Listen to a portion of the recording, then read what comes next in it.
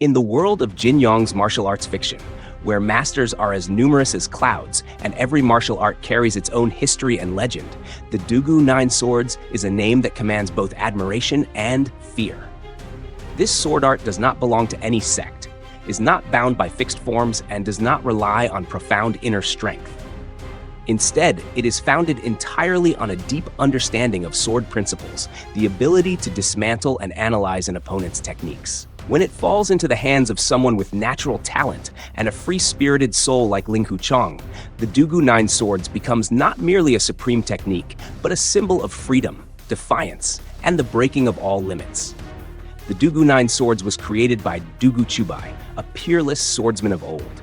He spent his life seeking worthy opponents, but the more he fought and honed his skills, the lonelier he became, for no one could defeat him. In the end, he abandoned the sword entirely, finding that even a blade of grass or a stick of wood was enough to dominate the martial world. His swordsmanship transcended all forms and techniques, reaching the state of no-move defeating moves. The former Huashan sect leader, Feng Qingyang, inherited this art and passed it on to Ling Huchang in a moment of grave injury, with seemingly no hope of survival. Once Ling Huchang grasped the essence of the Dugu Nine Swords, he transformed from an outcast with a wounded body into an invincible swordsman, wielding wit, agility, and freedom as his weapons. Despite its name, the Nine Swords are not 9 fixed moves, but 9 distinct systems of sword techniques, each designed to counter a different category of martial arts: breaking saber techniques, breaking sword techniques, breaking spear techniques, breaking palm techniques, breaking grappling techniques, breaking arrow techniques, breaking inner energy techniques, breaking lightness skill techniques, and breaking mental cultivation methods. Each is not a set routine, but a theoretical framework allowing the practitioner to wield the sword flexibly, without formality or rigidity. The core of the Dugu Nine Swords is to attack the opponent's flaws, to break their stance before they can strike, to use offense as defense, and to counter strength with intelligence. The swordsman does not rely on complex moves, but on keen eyes, lightning reflexes, and a mind unshackled from conventional patterns. Ling Huchang was not a man of profound inner strength or exceptional foundational training like many great masters. However, he possessed a unique talent, an artist's soul, and a sharp insight into martial arts. In his hands, the Dugu Nine Swords came alive, its power unleashed not through brute force, but through flexibility, finesse, and an understanding of his opponent's mind. Soon after learning the sword art from the elder Feng, Ling Huchang defeated Tian Boguang, a notorious lecher with superb lightness skill and saber techniques. Remarkably, at that time, Ling Huchang was still severely injured, with little inner strength. Yet with the Dugu Nine Swords, he dismantled his opponent's offense within just a few exchanges.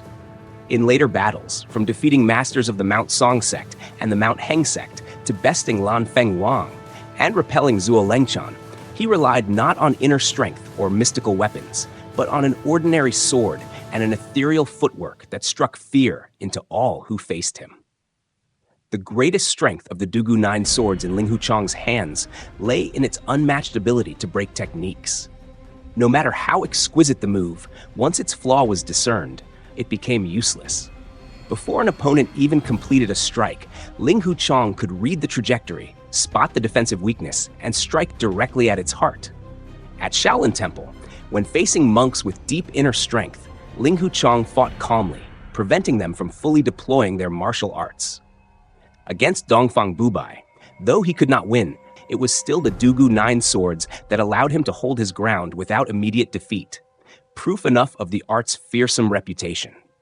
The philosophy of no-move defeating moves merged perfectly with Ling Huchang's nature, a man unwilling to be bound, unwilling to follow rigid rules, and uninterested in being chained by fame or dogma.